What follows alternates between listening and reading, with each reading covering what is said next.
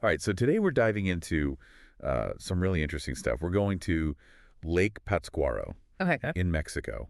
We're going to be looking at this YouTube video about Yeah. fishing traditions there. Yeah. I was really struck by how these fishermen are adapting to some pretty Right. major ecological changes. Yeah. It really gets you thinking about our relationship Yeah. with the environment. Absolutely. It's a story that I think really highlights the interconnectedness of like culture, livelihood, and Yeah. the natural world. The video takes us right out onto the lake, Right. and we meet a fisherman who has been fishing there literally his whole life. Wow. He uses these traditional gill nets called redes agalleras, Okay. and each one is handmade. Yeah. Each one. Wow. This is cada quien lo hacemos diferente, Oh, wow. which means each of us do it differently. Yeah. I mean, talk about craftsmanship. Yeah, what's so fascinating about that to me is that it's not just about catching fish, Right. right? It's about knowledge that's passed down through generations. And like each net is unique and it reflects the fisherman's individual experience and their skill. Absolutely. And then he starts talking about how huge the fish used to be. Oh, wow. He said when he was a kid, like 12 years old, he was catching fish weighing 33 to 44 pounds. Wow.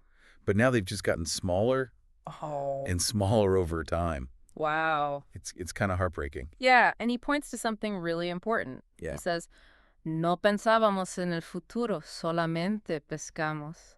Right. Meaning we didn't think about the future, we just fished. Yeah. And back then, there wasn't really much awareness of the concept of like overfishing. Right. It was about immediate needs, right? It was about putting food on the table. You know, it makes me think about how a lot of industries Yeah. operated that way. Mm-hmm. Like, did anyone in the logging industry think about replanting trees 100 years ago? Right. It's like we're just now starting to understand those long-term consequences of that mindset. Exactly. And overfishing is a prime example of that, right?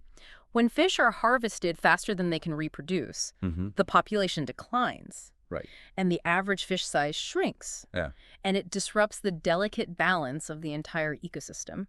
So help me understand this a little better. Sure. What exactly are some of these sustainable practices that we hear about? Yeah. What could they have done differently? Well, in a place like Lake Pátzcuaro, you might look at things like regulating the mesh size of those gill nets, Okay. making sure that younger fish can escape. Right. You could look at establishing fishing quotas, Okay. which limits the amount of fish caught, Right. or promoting community-based management, Okay. where local fishermen work together to kind of set those sustainable practices. Right. So just a few examples. So it's not just about individual fishermen, but about the whole community working together. Exactly. Yeah.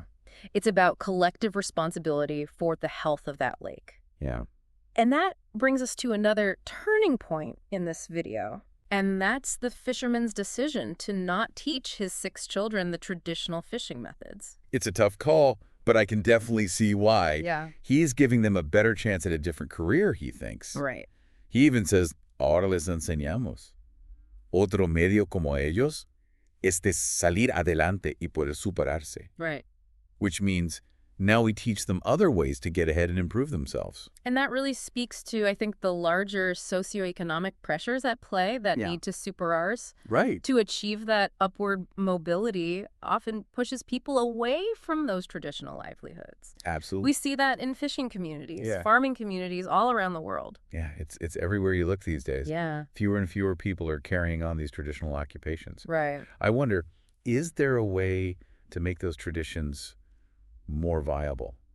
Or are we just destined to lose them? That's the million-dollar question, isn't it? Yeah. How do we balance progress with preserving that cultural heritage? And how do we ensure economic opportunity while safeguarding the environment at the same time? So many questions. Let's bring this back to the listener for a second. Okay. We've seen the impact of overfishing on Lake Pátzcuaro, Right. the way that it's affected these local fishing traditions, Yeah. and the difficult choices that families like this one are facing. It's a powerful reminder that our choices, both individually and collectively, Right. have real consequences Yeah. for the environment and for future generations. Okay, so here's the final thought I want to leave you with. Okay. The fisherman in this video chose not to teach his kids to fish. Right. What if they had continued the tradition? Could they have figured out a way to do it sustainably? Could they have protected both their livelihood and the lake at the same time? Right. It's a complex question. Yeah. There's not any easy answers, No. but maybe, just maybe it's possible to find that balance. Maybe. Yeah. Yeah. Thanks for joining us on this deep dive. Of course, it was a pleasure. We'll see you next time. Sounds good. All right. See you.